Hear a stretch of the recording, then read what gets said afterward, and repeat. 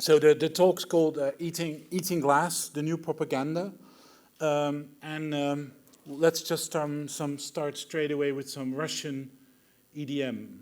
Only the projection needs to be bigger, but I think that some technological virus is plaguing us here. Let's just start.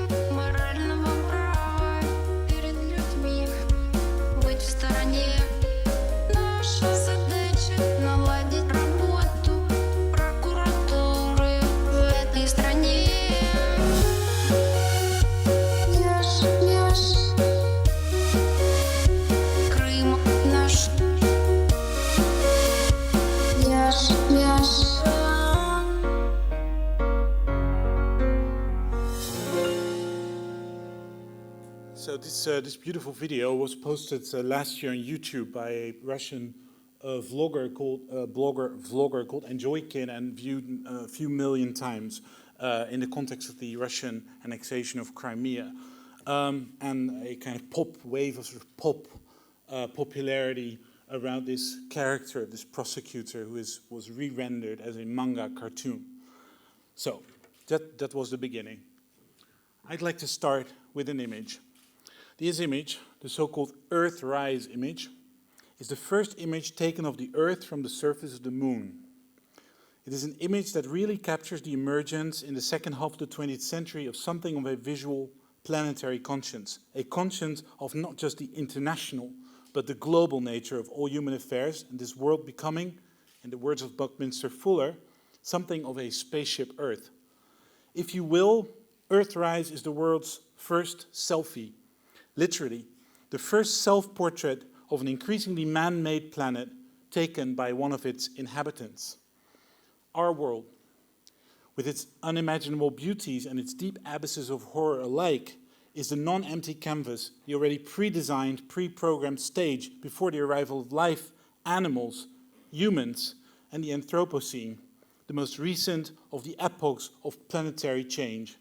From the days we were all mere Paleozoic trilobites to the era of the kilobyte, the terabyte, the exabyte, and further all the way to the yobibyte, one of which measures exactly 1,024 zebibytes, from primitive life to big data.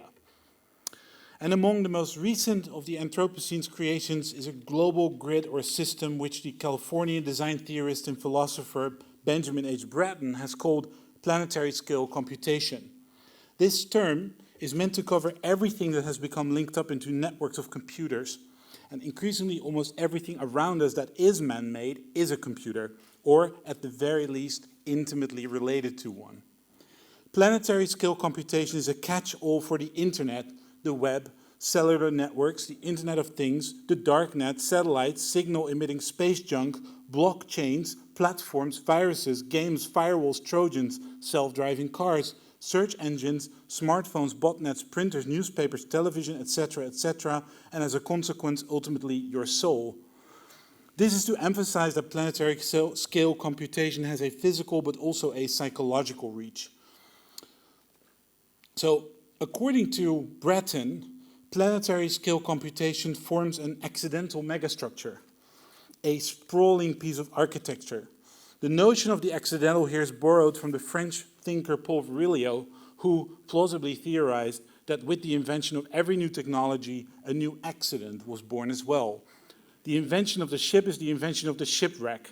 The invention of the car is the invention of the car crash, and so on. And the invention of the plane is the invention of the Malaysia Airlines Flight 17 crash in eastern Ukraine.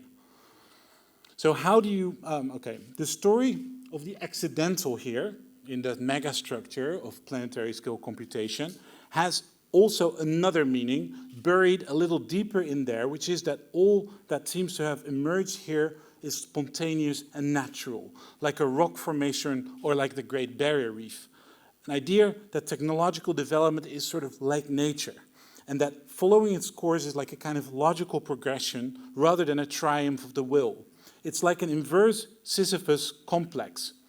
Instead of having to push a boulder up the mountain, planetary scale computation purportedly realizes itself naturally, like an avalanche. There may be no architect, no one architect at least, but that doesn't mean that there's no one making a profit of the structure. And the accidental, the "this just happened to me," in some sense quite obviously hides how some parts of the megastructure, large parts of it, are triumphs of willpower, algorithmic castles, proliferating sanctuaries of venture capital, robust global infrastructures of the type that Keller Easterling in her amazing book Extra Statecraft describes as the key to both power and resistance in the 21st century. But originally, megastructures were large-scale architectural designs by a group of post-war Japanese architects known as the metabolists. Sprawling in both height and width, the metabolists proposed and sometimes produced buildings that escaped the spatial limits of the block. These were expanding urban structures, networks and stacks that covered the territory. And keep this in mind, think back of the world, pristine as it is in the Earthrise image, as a planetary surface that is covered with these stacks, physical and virtual, visible and invisible. And so, through the stack, this can happen. Hello? There we are. An Instagram selfie uploaded by a pro-Russian tank operator fighting in eastern Ukraine becomes evidence, between big quotation marks, of Russia's military activities there. That is the planetary megastructure at work. Is this image narcissistic? Maybe. Is it transgressive? Perhaps. But it is primarily evidence. Anything can be uploaded to and downloaded from the structure, and that can also mean anything and everything. The outcomes are mostly destabilizing. Who gets to data mine and interpret all this information that leaks and drips from the megastructure is a big question mark, to a large extent because there is no judiciary platform to which allegations about responsibility for events within the megastructure can be credibly directed or addressed. So last year, this video was uploaded to the megastructure, more precisely to YouTube.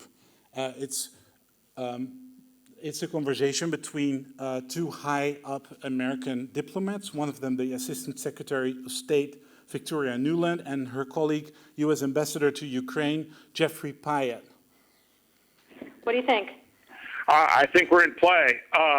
The Klitschko piece is obviously the complicated electron here, especially the announcement of him as Deputy Prime Minister. And you've seen some of my notes on the troubles in the marriage right now, so we're trying to get a read really fast on where he is on this stuff.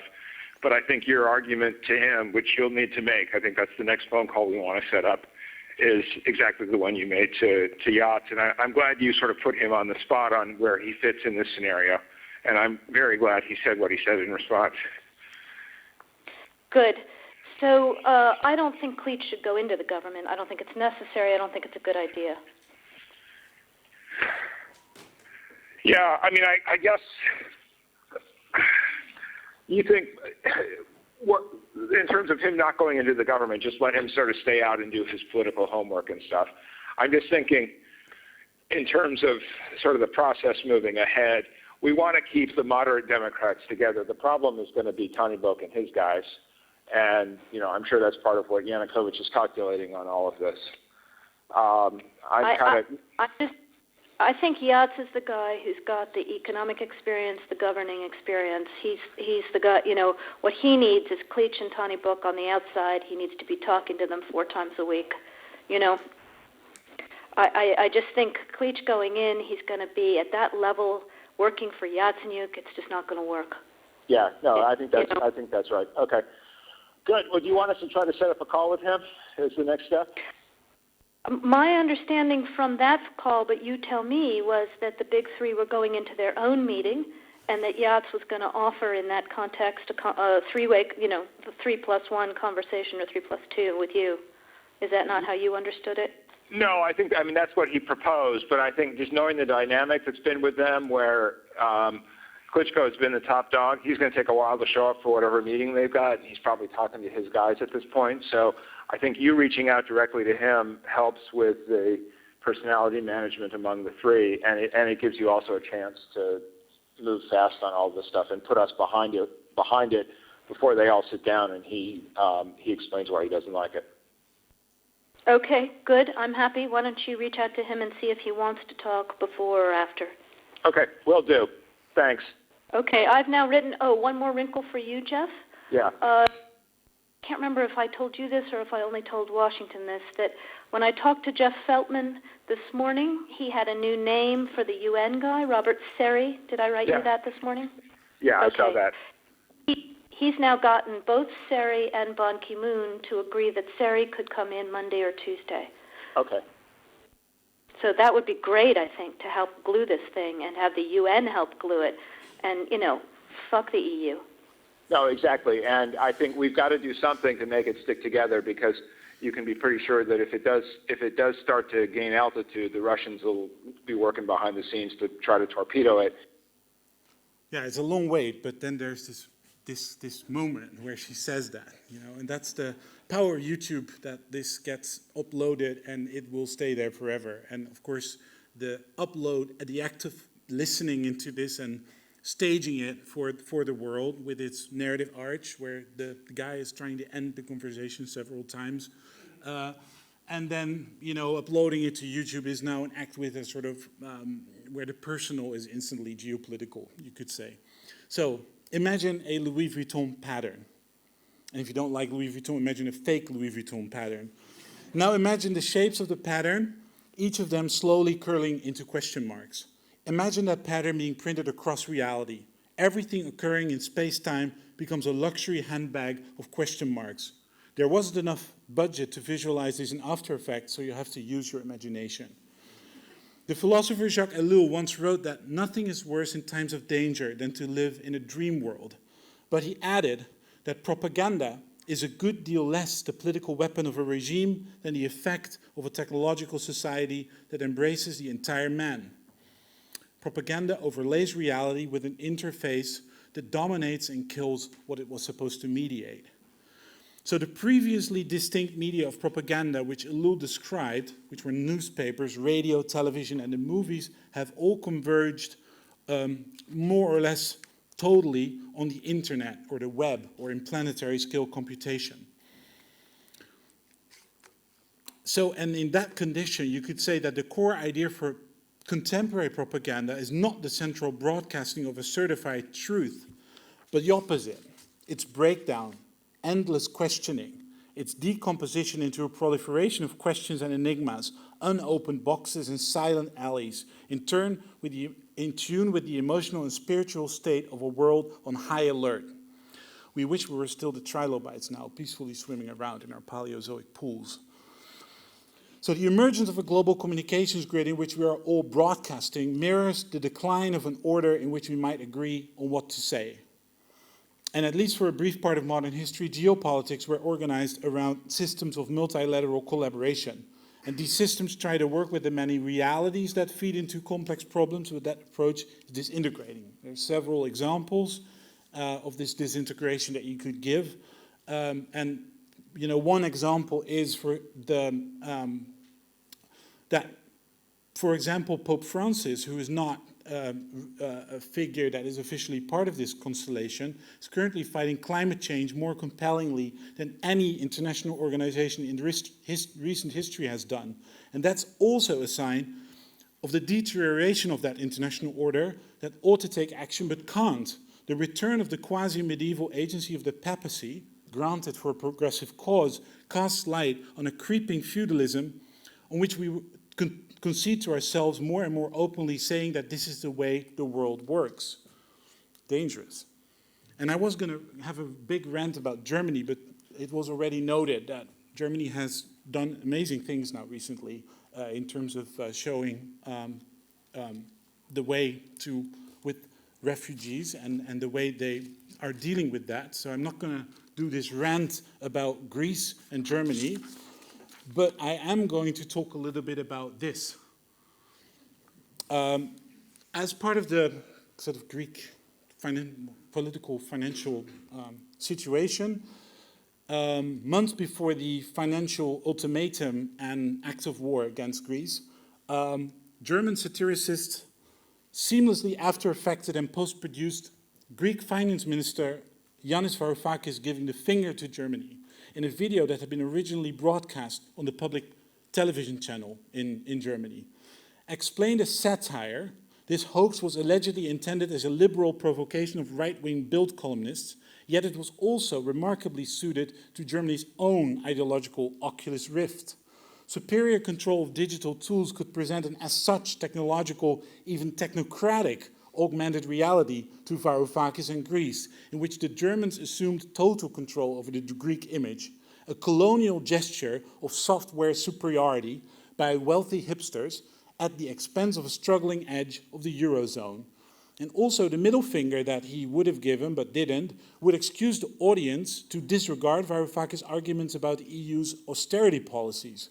And after the manipulated video went viral, Varoufakis was forced to deny that he had done it. He was forced to say it's fake, and it was. For the sake of time, I'm not going into the major point of the 2003 US and UK-led invasion of Iraq, which I'm sure that you all opposed, insofar you were, most people should have been aware of it. These are two documents that were part of the evidence package that was handed over to the UN for that invasion.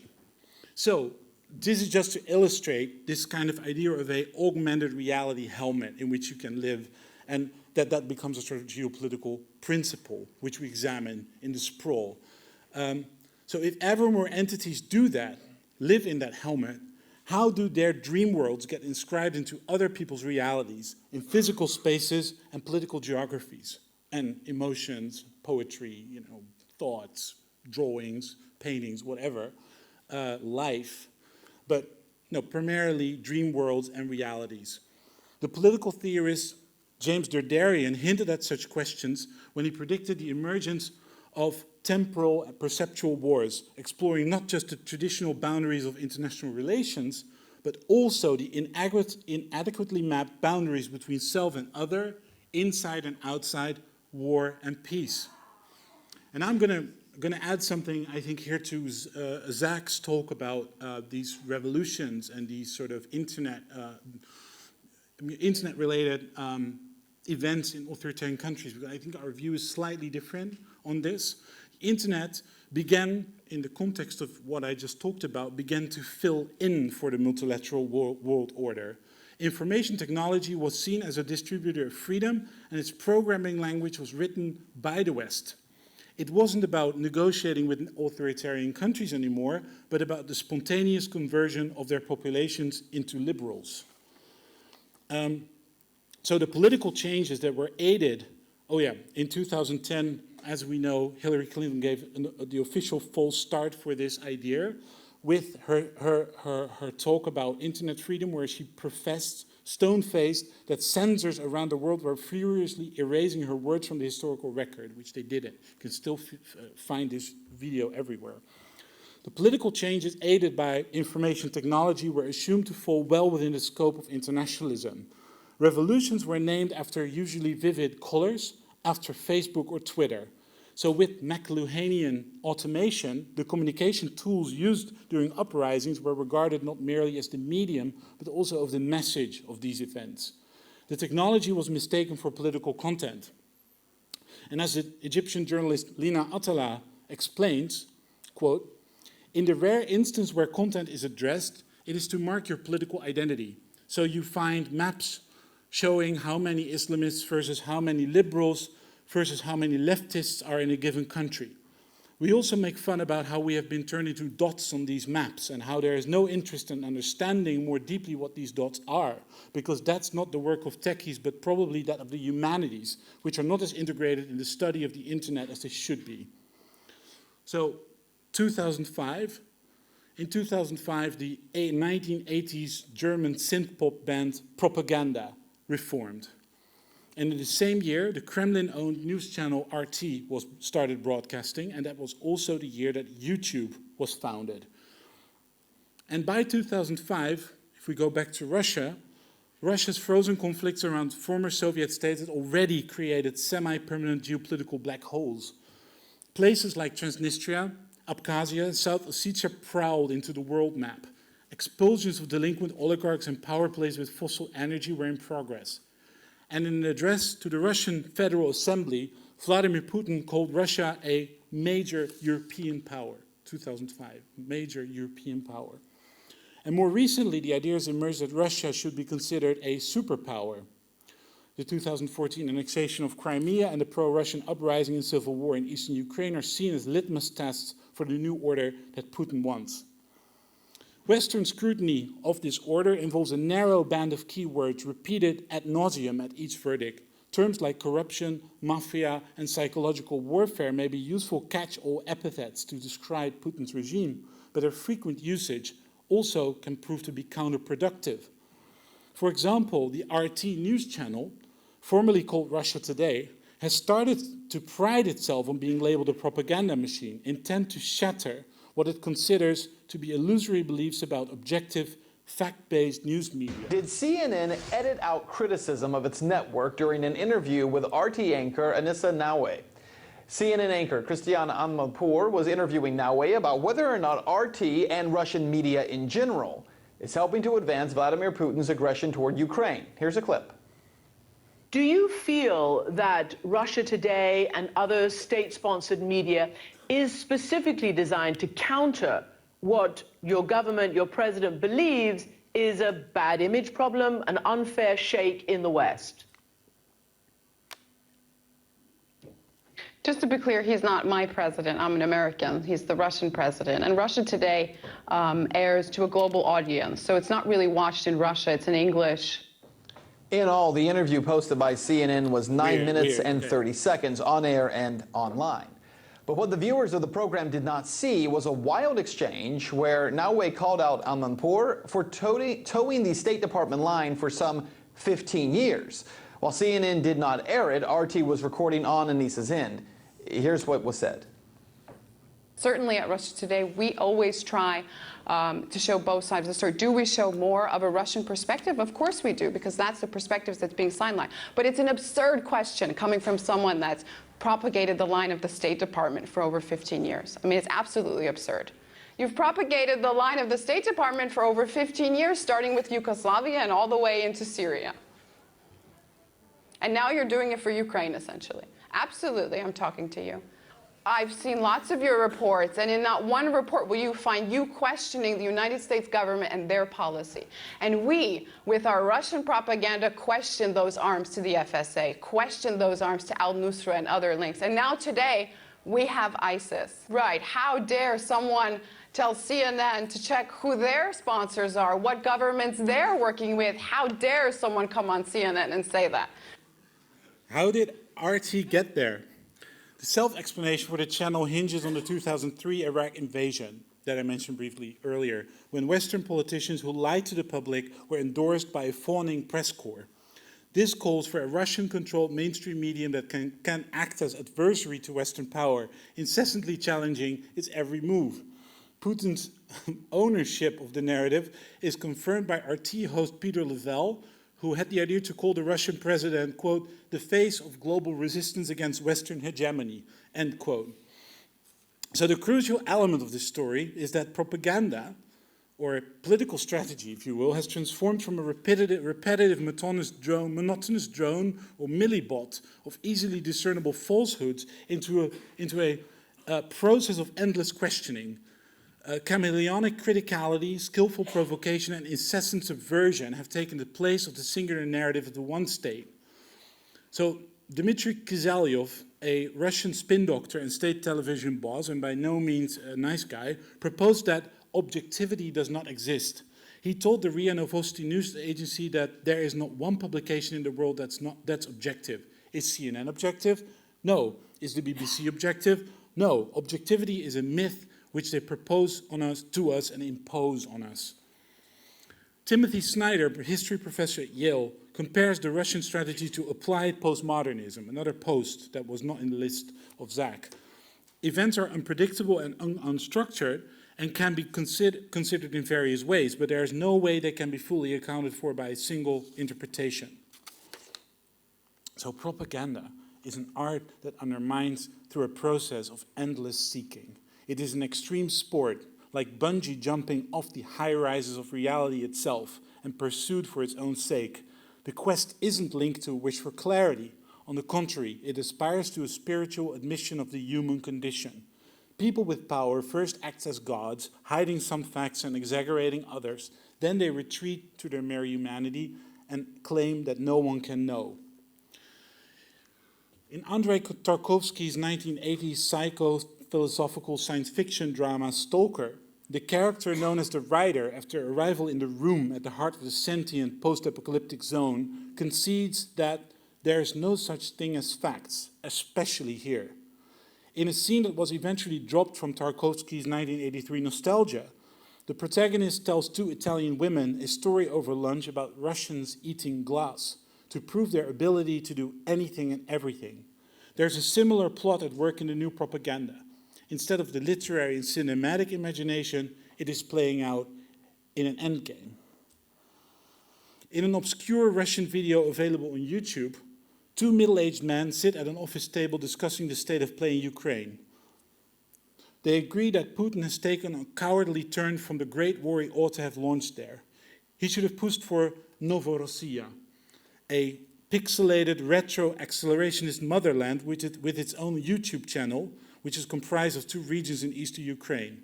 But he didn't. Here's one of the fighters for Novorossiya with the flag. It's a very unfortunate choice of flag as well, which is there embroidered on her arm. I'm going to speed up, guys. Sorry. The men concur, and that now comes the interesting part, that the Ukrainian citizens are being exposed to a brainwashing experiment by television and as a result are turning into post-human zombies.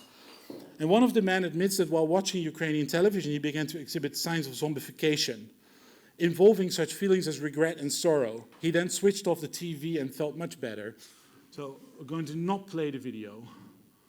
But it goes like this. So it is a little bit like that scene in Stalker. It's two guys and they're sitting in an office and they're not in the zone. So one of these men is Igor Strelkov, Gherkin, former commander-in-chief of the armed forces of the Donetsk People's Republic, which is one of those territorial entities of the pro-Russian uprising. And Strelkov has been photographed in medieval battle attire and whose hairstyle resembles that of a 19th century cavalry officer. And he'd been involved for a long time. So it's about that border between reality and fiction. So in a letter to Slavoj Žižek, Pussy Riot member Nadia Tolokonikova, while incarcerated in a labor camp in Mordovia, cites the Russian political and religious philosopher Nikolai Berdyaev. Quote, "Truth as an object which intrudes itself and wields authority over me, an object in the name of which it is demanded that I should renounce freedom, is a figment. Truth is no extraneous thing. It is the way and the life. Truth is spiritual conquest. It's known in and through freedom." And in his Truth and Revelation, Berdyaev also wrote that, quote, "Truth is not something given objectively, but rather a creative achievement. It is creative discovery rather than the reflected knowledge of an object or being. Truth is the creative transfiguration of reality," end quote. There's more in talk, but I think the point is clear. I'm going to end with a trailer of possibly many trailers for the Sprawl, the project we're doing with Lighthouse. Thanks.